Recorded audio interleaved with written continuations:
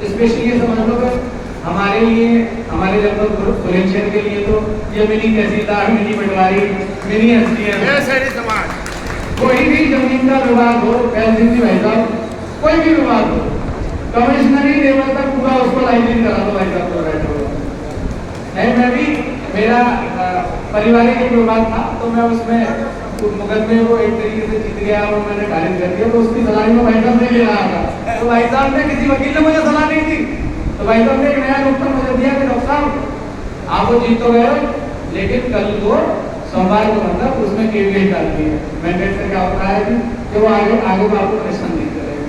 तो हमारे ऐसे जेपी जी भाई साहब हैं, और हर जगह, यानी कि मैं भाई साहब से पूरा 20 साल छोटा होगा, यानी कि कोई भी समाज का कार्यक्रम हो, मैंने झूठे को मेरिट में फोन कर दिया कि भाई साहब कल यहाँ आना है, तो तुरंत ठीक है डॉक्टर साहब आ जाए, बुलंदशहर फोन कर दिया तुरंत आ जाए।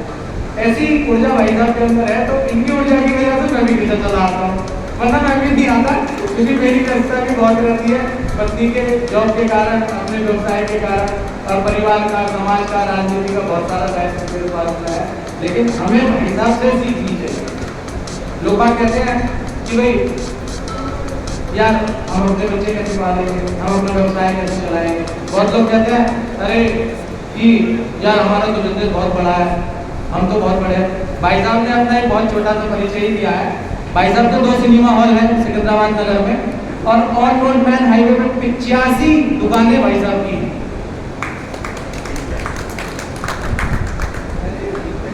और 3 भाई साहब के कैंपस में बैंक। रामपाल जी भाई साहब, रामपाल जी भाई साहब कहाँ गए? रामपाल जी भाई साहब आ जाओ जरा आप। भाई साहब पश्चिमी उत्तर प्रदेश के पूर्व में कोऑर्डिनेटर रहे हैं जब बसपा की सरकार उत्तर प्रदेश में हुआ करती थी।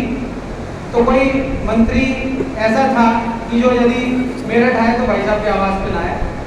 भाई साहब ने कई सारे जो हमारे आज समाज के, हमारे उत्तर प्रदेश के अंदर प्रतिष्ठान चल रहे हैं, जैसे हमारे प्रजानगर में अशोका पब्लिक स्कूल है, और मेरठ में आपका जो आप शास्त्री नगर सोचते हैं वहाँ पे बहुत बहुत बड़े प्रतिष्ठान है। भाई साहब ने उनका बहुत अच्छे तरीके से सपोर्ट, और अपना जो गांव है ना, भाई साहब मंत्री है ना विधायक है, अपने गांव में बहुत ही सुंदर पार्क, जिम बड़े अच्छे से डेवलप कराए हैं।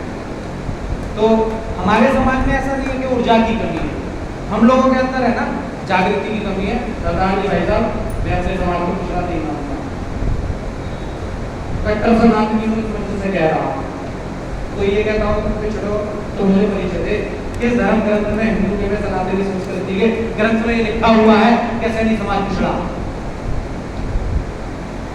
हमारे समाज के पूर्वज, या हमारे पूर्वज, समाज के पूर्वज, मेरे ही पूर्वज कहूँगा मैं तो, महाराज सूरसेन सैनी जी का या भगवान शत्रुघ्न, हम कैसे पिछड़े हो सकते हैं यार? हम सूर्यवंशी हैं।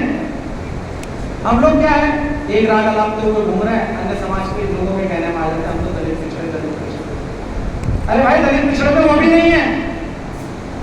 संत रविदास जी को पढ़ो, महर्षि वाल्मीकि जी को पढ़ो, बस वही है समझने की और चिंतन करने की है। जो राजनीतिक पार्टियां, किसी ने कह दिया कि हम तो दलित हैं, हम तो पिछड़े हैं, बहन जी ने कह दिया हम तो दलित हैं, हम तो पिछड़े, हम दूसरी दलित पिछड़े में भाई बन रहे हैं भाई। अरे क्यों भाई? हमारे समाज में कौन सी ऊर्जा नहीं है?